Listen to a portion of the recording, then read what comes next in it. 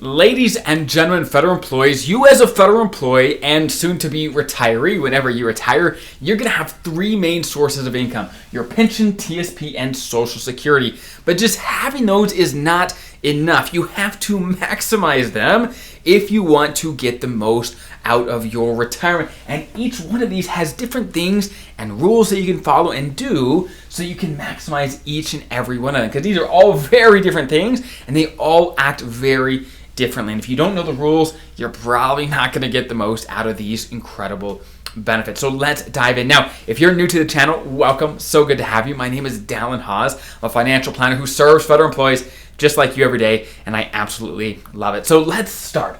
Your pension. Let's start here.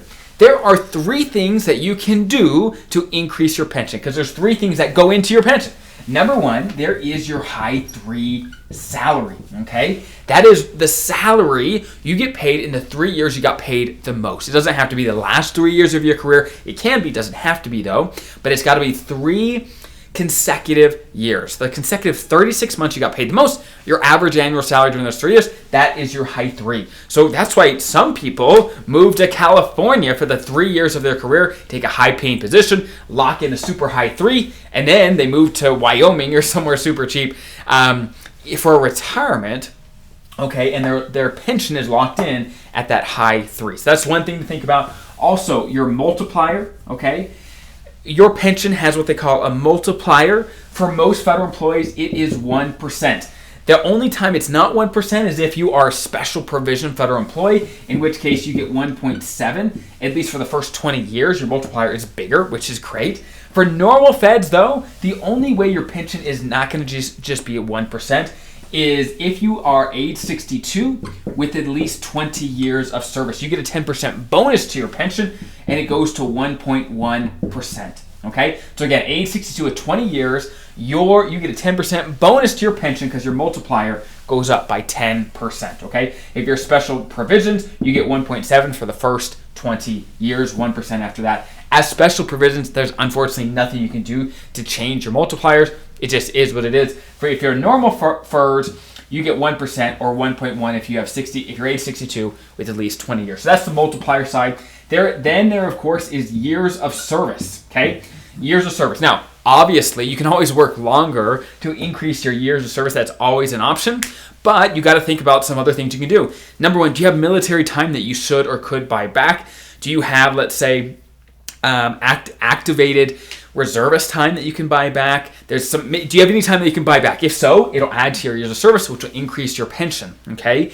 Also, any unused sick leave you have on the books at retirement will increase your years of service to increase your pension. So those are the big things you can do to increase your pension. Again, have a high 3, have a big multiplier, and have more years of service through sick leave, through buying back time, or actually just working longer. So that is your pension. Now let's talk about your TSP. Your TSP has a lot of different levers, okay? A lot of things you can do to end up with more at the end of the day. Number one, you decide how much you save into it. You decide how you invest in the TSP. You decide whether you go traditional or Roth TSP. Now, at the end of the day, I've got tons of videos on all of those things, whether you should use traditional, Roth, or how much you should be saving, all of those things. But let's just say this for now. Your TSP is probably one of the most important of all these three things because you have so much control over it. I've seen people retire, and the difference maker between someone that has a really comfortable retirement and someone that has an okay retirement, it's often their TSP. They did what it took to invest well and to save well, and so that they have the amount they want in retirement. And there's no magic amount. You have to have $1 million to retire. There's nothing like that. It just depends. You have to invest your TSP well based on where you're at in your career. You have to save well, and again, just keep doing it until you retire. So go check out my other videos on the TSP. Again, this would be a 40-minute video if I included everything for the TSP. Just go check those out. And please, this is just a reminder, your TSP is one of the most important pieces there. So please, please, please do more research and then know what you have to do to maximize your TSP. Next, Social Security. Social Security is incredibly important. There's only a few things you can do to increase your Social Security benefit. Number one, You can work longer and make more money. Okay, the more money you make and the longer you work, the bigger your Social Security benefits are going to be. Basically, I'm not going to go through the entire equation, but they take basically the 35 highest paid years of your career. It doesn't have to be just civilian career or federal employee career. It could be anything. It can include potentially that job at the movie theater when you're 16 years old. It could include that, right? Basically, any job that you paid into Social Security is going to go into your Social Security calculation. So just working longer at higher wages increases your Social Security, and you have the choice on when to start Social Security. Anytime between 62 and 70 is when you can start your benefit. So the levers you have are make more, right, and work longer, and choosing when to start it, okay? Those are the two levers you have.